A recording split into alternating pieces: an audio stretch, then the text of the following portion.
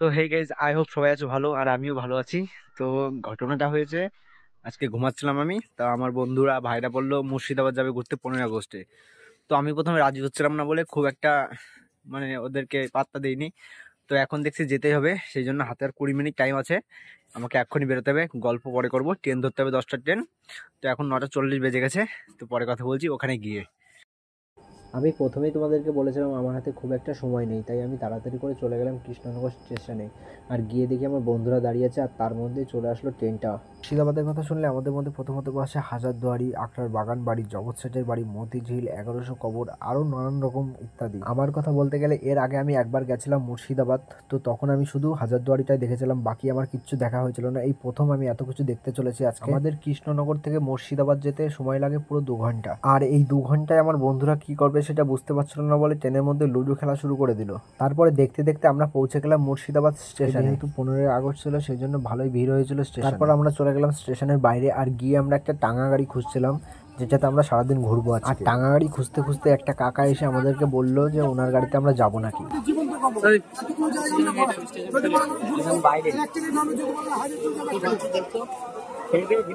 সব জাতের জায়গায় যদি পুরো তাহলে আমাদের 10টা জায়গা আছে, একটা লোকের ভাড়া হচ্ছে 160 টাকা। আমরা দেখিয়ে বুঝিয়ে হাজার দুটো নামাবো, তখন আমাদের পয়সা দেবো।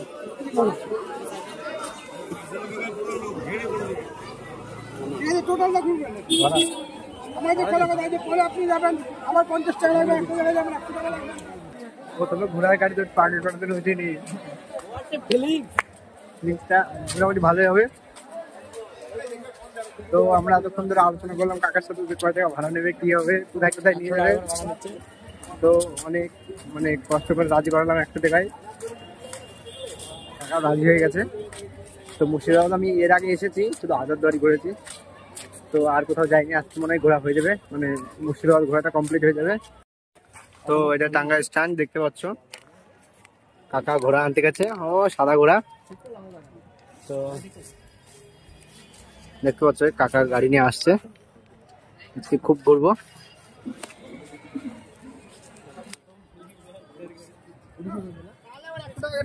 এর আগে আমি কোনোদিন ঘোড়ার গাড়িতে উঠিনি, ঘোড়াতে উঠিনি, তো এই প্রথম ঘোড়ার গাড়িতে উঠছি। কৃষ্ণদা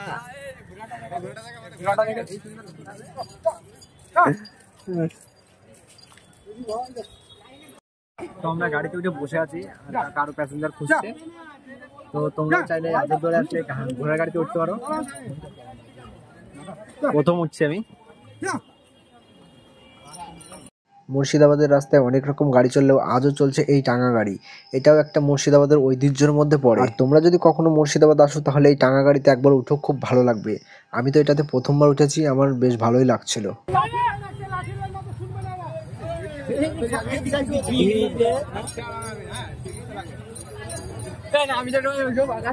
হাজারদুয়ারি চলে গেল, আমরা এখন হাজারদুয়ারি যাবো না, আমরা সমস্ত জায়গায় ঘুরে তারপরে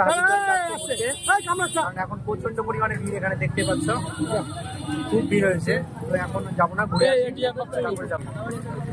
মেন কথা হচ্ছে এখানে বিপ্লব সবাইকে চেনে, কারণ বিপ্লবের মা বাড়ি এখানে। তো যার সাথে দেখা হচ্ছে তার সাথে বিপ্লব কথা বলছে, তো সবার সাথে কথা বলছে। আর আসার সময় ট্রেনে যা করেছেও পাওয়া যায় না।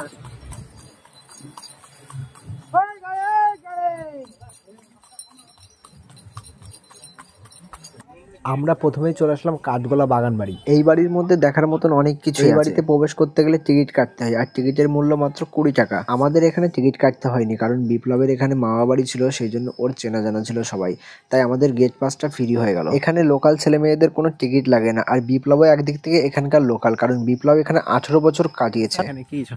আরে এটা হচ্ছে একটা বাগান বাড়ি, এখানে হচ্ছে তো সব রকমের বাইজি ডান্স, তারপরে চাষা খেলা, সাতটা খেলা, সবকিছু হতো এখানে। ভিতরে ঢুকে আমরা বাঁ পাশে দেখতে পাই একটা সুড়ঙ্গ, যেটা সরাসরি হাজারদুয়ারির সাথে যুক্ত আছে, কিন্তু বর্তমানে এই সুড়ঙ্গ এখন বন্ধ আছে, কারণ এখানে গঙ্গার জল ঢুকে গেছে। আর এই সুড়ঙ্গ সামনে আছে একটা চিড়িয়াঘর, যেখানে আছে কিছু পাখি এবং কিছু মাছ। আর চিড়িয়াখানার পেছন দিক গেলে দেখতে পারবে দুটো উট পাখি।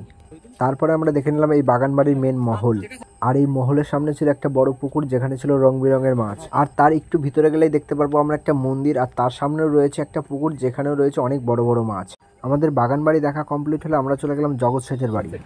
এখানে গিয়েও টিকিট কাটতে হয়, আর টিকিটের মূল্য এখানেও 20 টাকা। কিন্তু আমাদের এখানেও কোনো টিকিট কাটতে হয়নি, কারণ প্রথমেই তোমাদেরকে বলে দিয়েছি বিপ্লবের এখানে সবকিছু চেনা জানা ছিল, সেই জন্য এটাও ফ্রি হয়ে গেল আমাদের। যেহেতু জগৎ শেঠের বাড়ির মধ্যে ক্যামেরা অ্যালাউ নেই, সেই জন্য তোমাদের কিছুই দেখাতে পারলাম না এখান থেকে।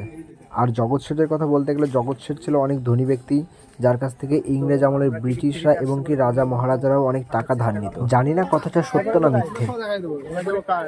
নসিপুর রাজবাড়ি, নসিপুর রাজবাড়ি, হ্যাঁ।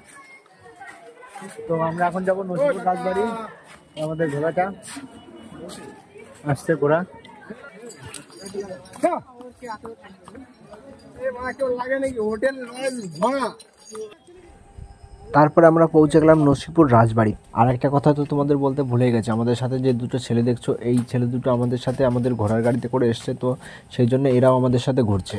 তারপরে এখানেও ছিল টিকিটের গল্প, কিন্তু এখানেও আমাদের টিকিট ফ্রি হয়ে গেল, কারণ আমাদের সাথে ছিল বিপ্লব। এই নসিপুর রাজবাড়িতে তোমরা ঢুকলেই দেখতে পারবে আমাদের হিন্দু সমাজের অনেক দেবদেবীর মূর্তি। তোমরাও চাইলে এই মন্দিরে ঢুকতে পারো, এই মন্দিরের টিকিট মাত্র 10 টাকা। আশা করি তোমাদেরও ভিতরে ঢুকে ভালো লাগবে, কারণ ভিতরের মধ্যে আছে অনেক দেবতার মূর্তি। আমাদের এখানে দেখা হয়ে গেলে এরপরে চলে গেলাম আমরা আখড়ার রাজবাড়ি। কোথায় যাবো এরপরে কাকা? আখড়া, ওখানে দুপুর রাত আছে, সোনার ঠাকুর আছে, রঘুনাথের মন্দির আছে। এখানে যাওয়ার পর আমরা দেখতে পেলাম একই গল্প, টিকিট। তাই বিপ্লব চলে গেল কথা বলতে ওনাদের সাথে। তারপর এখানেও আমাদের টিকিটটা হয়ে গেল পুরো ফ্রি। এখানে প্রবেশ করার সঙ্গে সঙ্গে দেখতে পেলাম বাবা ভোলেনাথের একটা মূর্তি। আর ভিতরে প্রবেশ করার সময় ক্যামেরা অ্যালাউ ছিল না, সেই জন্য তোমাদের কিচ্ছুই দেখাতে পারলাম না ভিতরের জিনিসগুলো। কিন্তু বাইরে ছিল সেই ইংরেজ আমলের একটা গাড়ি। গাড়িটা তোমরা দেখলেই বুঝতে পারবে এটা কতদিন পুরনো গাড়ি হতে পারে। আর আজকে যে পরিমাণে গরম পড়েছে, তাই আমরা পাশের একটা বাগানে বিশ্রাম নিলাম। আমরা এখন একটা বাগানে এসে দাঁড়ালাম, আর এখানে সবাই একটু রেস্ট নিচ্ছে, কারণ গাছের ছায়া আছে আর খুব ঠান্ডা জায়গা। আর এতক্ষণ পর্যন্ত আমরা 4 জায়গায় ঢুকেছি, পুরো 4 জায়গায় টিকিট ছাড়া। শুধু বিপ্লবের জন্য সম্ভব হয়েছে, কারণ বললামই তো বিপ্লব এখানে মামা বাড়ি থাকতো, ওর মামা বাড়ির পাশে, বাড়ি যাওয়ার সময় মামা বাড়িতে যাবো। তো 4 জায়গায় মোট 100 টাকা সেভ হয়েছে। আর দেখি বিপ্লব বলছে সামনেও করা যায় নাকি, দেখা যাক। কিন্তু হাজারদুয়ারির কথাটা বলছি না, ওখানে রাখতেও পারে টাকা, বলা যাচ্ছে না কি হবে। তো এখানে 2 মিনিট বসবো, বসে আবার বেরোবো। এরপরে কি বললো আমার কিছু নাম মনে থাকছে না এখানকার। এখন কি একটা মন্দিরে আছি, বেশ নাম ভুলে গেছি, আবার বলবো পরে। নেবো। এখান থেকে বেরোনোর পর পাশে ছিল একটা চায়ের দোকান, তাই আমরা সবাই মিলে চলে গেলাম চা খেতে। আর চা খাওয়া হয়ে গেলে আমরা এখান থেকে বেরিয়ে পড়লাম। আর রাস্তার পথে দেখতে পেলাম সেই মির্জাফরের বাড়ি, যেখানে মির্জাফর নবাবকে কুপিয়ে কুপিয়ে হত্যা করেছিল। এখানে আমরা দাঁড়ালাম না, কারণ এখানে একদমই প্রবেশ নিষিদ্ধ ছিল। তারপর আমরা চলে গেলাম সেই 1100 কবর। আর এখানেও আমাদের টিকিট পুরো ফ্রি হয়ে গেল। এখানে ঢুকলেই আমরা দেখতে পাবো অসংখ্য কবর, আর এই কবরগুলো ছিল নবাব এবং তার পরিবারের সকল সদস্যদের। আর কি জানিস? আর কি এখানে কবরস্থান তো, এখানে শুধু কবরস্থান এখানে কি এখানে জানার মতন কিছু নেই। এখানে শুধু 1100টা কবর, মানে 1100টা কবর আছে, তো দেখতে পাচ্ছ। আরে সব সৈন্য না, এগুলো হচ্ছে এখানে যারা আগে মরেছে তারা, তাদের কবর। এখানে তো লেখাই আছে, কি দেখি না এগুলো তো সব এটা হচ্ছে পারিবারিক একটা কবর দেখাচ্ছিল না, ওইটা। হ্যাঁ, তো আজকে স্বজন যারা আছে না সেসব কবর এখানে দেখাচ্ছে কোনো কিছু নেই, অনেক অনেক টাইম নেই। 1100 দেখতে পাচ্ছ চারিদিকে শুধু কবর। স্তম্ভগুলো সব একদম কবরের উপরে থাকে না, মানে এক একটাই এক একজন, তাই তো? এখানে দেখা হয়ে গেলে তারপরে আমরা চলে গেলাম জীবন্ত কবরের দিকে। ছিল না তখন ছিল হাকিমি কবিরাজ। সেই হাকিমি কবিরাজ বলেছিল প্রত্যেকদিন একটা করে শিশু বাচ্চার কলিজা খেলে রোগটা ছেড়ে যাবে। রোগটা ছেড়ে যায়, যাদের সাথে অর্জনের বুকে পাতে সবাই যায়, সমাধিটা আছে ওইখানে। ওখানে যেতে পারবো? আমাদেরকে পা দিতে হবে বুকে? উঠতে গেলেই পা দিতে হবে। তুই জানিস কোথায় আছে? মানে ওর কি রোগ হয়েছিল? কি যক্ষা, টিভি বলে না, আর আগেকার দিনে ডাক্তার থাকতো না তো, হাতুড়ে ডাক্তার বাড়িতে চিকিৎসা ছিল কবিরাজ।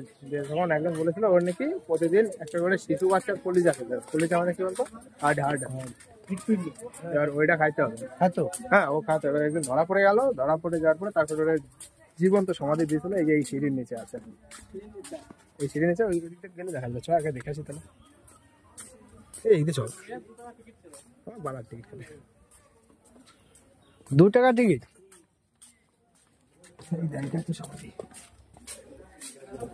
এই সেই কবর যার নাম ছিল আজি মুনিসা, যাকে আমরা কলিজা খেকো বা জীবন্ত কবর বলে জানি। তার নামে আরো প্রবাদ আছে, তিনি নাকি রাতের বেলায় অনেক ছেলেদের সাথে সহবাস করতেন, আর সকাল হওয়ার আগে কেউ যেন জানতে না পারে সেই জন্য সেই ছেলেদের হত্যা করতেন। জানি না এই কথাগুলো সত্য কি মিথ্যে, তোমাদের কি মনে হয় এগুলো কি সত্য না মিথ্যে, এটা কমেন্টে জানাতে ভুলো না। তারপর এখান থেকে আমরা চলে গেলাম সেই হাজারদুয়ারির উদ্দেশ্যে, যেটা দেখার জন্য এখানে আসা, আর যার জন্য আমরা সারাদিন আজকে অপেক্ষা করছি সকাল থেকে। হাজারদুয়ারি পৌঁছে আমরা এই কাকাকে ছেড়ে দিলাম, কারণ ঘোড়ার গাড়ি ভিতরের দিকে যাবে না, তাই এখান থেকে আমাদেরকে হেঁটে যেতে হবে।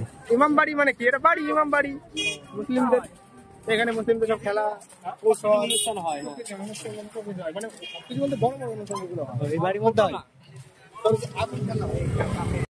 ভেবেছিলাম পরের দিকে আসলে একটু ভিড় কম হবে, কিন্তু না, এখানে সেই একই রকম ভিড় এখনো রয়ে গেছে। আর এখানে ঢুকলেই প্রথমে আমরা দেখতে পাবো এখানেও টিকিট ঘর আছে। সমস্ত জায়গায় টিকিট যতক্ষণ আমরা ফ্রিতে করেছি, তাই ভেবে নিলাম এটা আমরা টাকা দিয়ে দেখবো। তাই এখান থেকে টিকিটটা নিয়ে আমরা চলে গেলাম ভিতরের দিকে।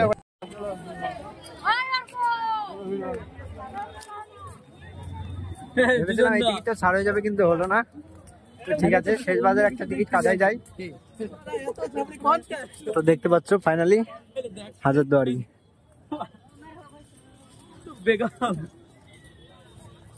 তো ভিতরে তো ভিডিও করা যাবে না, বাইরে থেকে দেখে নাও।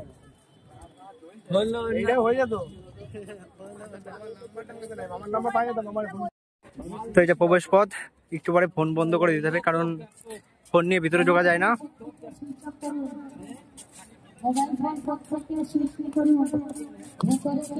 ওখানে মাইকে প্রচার করে দিচ্ছে যে মোবাইল ফোন নিয়ে ভিতরে যাওয়া যাবে না, 5,000 টাকা ফাইন করে দিচ্ছে। মোবাইল তো দাদা, দেখা হচ্ছে আবার বাইরে এসে, বাই। তো যাই হোক, আমরা এখন ভিতর থেকে বাইরে চলে এসেছি, আর ভিতরটা তোমাদের দেখাতে পারলাম না। আর ভিতরটা দেখতে গেলে তোমাদেরকে আসতে হবে, কারণ ওখানকার ভিউটা তোমাদের কেউ দেখাতে পারবে না, তোমাদের এখানে এসে দেখতে হবে। দেখতে পাচ্ছ হাজারদুয়ারি পুরো সামনাসামনি আছে এই ইমামবাড়ি। আর একটা কথা, ইতিহাস যে কতটা ভয়ঙ্কর সেটাই মুর্শিদাবাদ আসলেই তোমরা বুঝতে পারবে। আমাদের এখন বাড়ি যাওয়ার সময় চলে এসেছে, তাই আমরা এখন এখান থেকে বেরিয়ে যাব। এখান থেকে বেরোনোর পর আমরা সোজাসুজি চলে যাব আমাদের মামা বাড়ি। এখানে মামা বাড়ি আছে, ওখানে আমাদের জন্য রান্না হচ্ছে। আমরা ওখান থেকে খাওয়া দাওয়া করে তারপরে চলে যাব বাড়ির উদ্দেশ্যে। আর তোমাদের সাথে দেখা হচ্ছে পরের ভিডিওয়। আর এখনো পর্যন্ত যারা চ্যানেলটি সাবস্ক্রাইব করোনি তারা চ্যানেলটি সাবস্ক্রাইব করে দাও। দেখা হচ্ছে পরের ভিডিওয়।